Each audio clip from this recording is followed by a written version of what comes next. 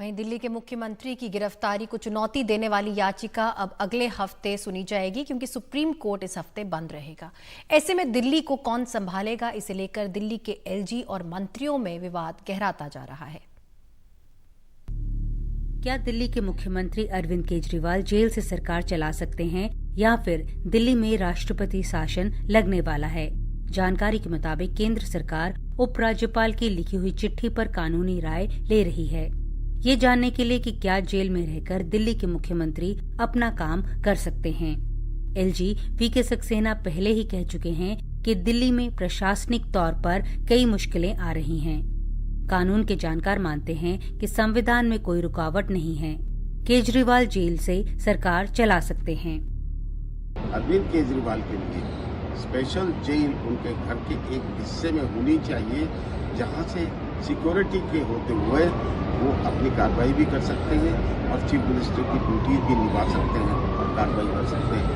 उनको कोई रोक नहीं सकता है, बल्कि बहुत सी रिटें हाईकोर्ट में लग रही हैं, लेकिन उसका कोई फायदा नहीं है। कोई कानून ऐसा नहीं है जो उनको रोक सके कि वो चीफ मिनिस्टर का अपना पद छोड़ें या उसकी जिम्मेदारी को ना निभाएं। उधर बीजेपी का कहना है कि केजरीवाल को जल्द त्याग पत्र दे देना चाहिए। मैंने आपको बताया ना, जेल के नियम अनुमति नहीं देते हैं कि अरविंद केजरीवाल जेल से सरकार चला सके। मैंने कहा है कि यदि कैबिनेट की बैठक बुलाई जाएगी तो कैबिनेट की बैठक जेल में नहीं हो सकती है, और कैबिनेट की बैठक की अध्यक्षता मुख्यमंत्री करते हैं, और सप्ताह में एक बार चीफ मिनिस्टर को और मिनिस्टर्स को दिल्ली के ऑनरेबल एलजी से मिलना होता है।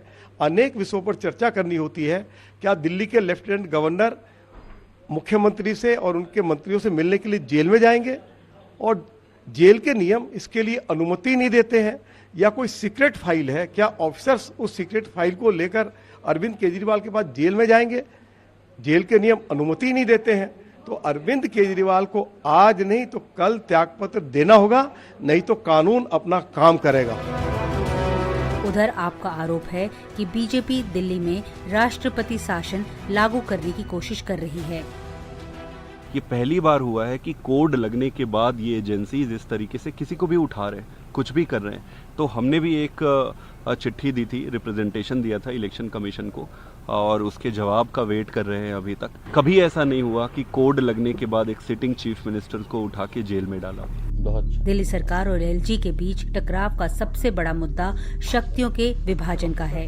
ये मामला सुप्रीम कोर्ट तक गया। पिछले 8 सालों में 3 एलजी रहे, तमाम अदालती आदेश आए, लेकिन विवाद नहीं थमा।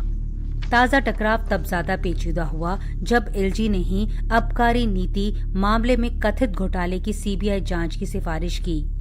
इसी मामले में केजरीवाल, मनीष सिसोदिया समेत आपके टॉप नेताओं की गिरफ्तारी हो चुकी है। लेकिन ये वैध सवाल है कि जेल में रहते क्या प्रभावी ढंग से केजरीवाल दिल्ली की जनता के लिए काम कर पाएंगे? नई दिल्ली से नीता शर्मा, एनडीटीवी इंडिया के लिए।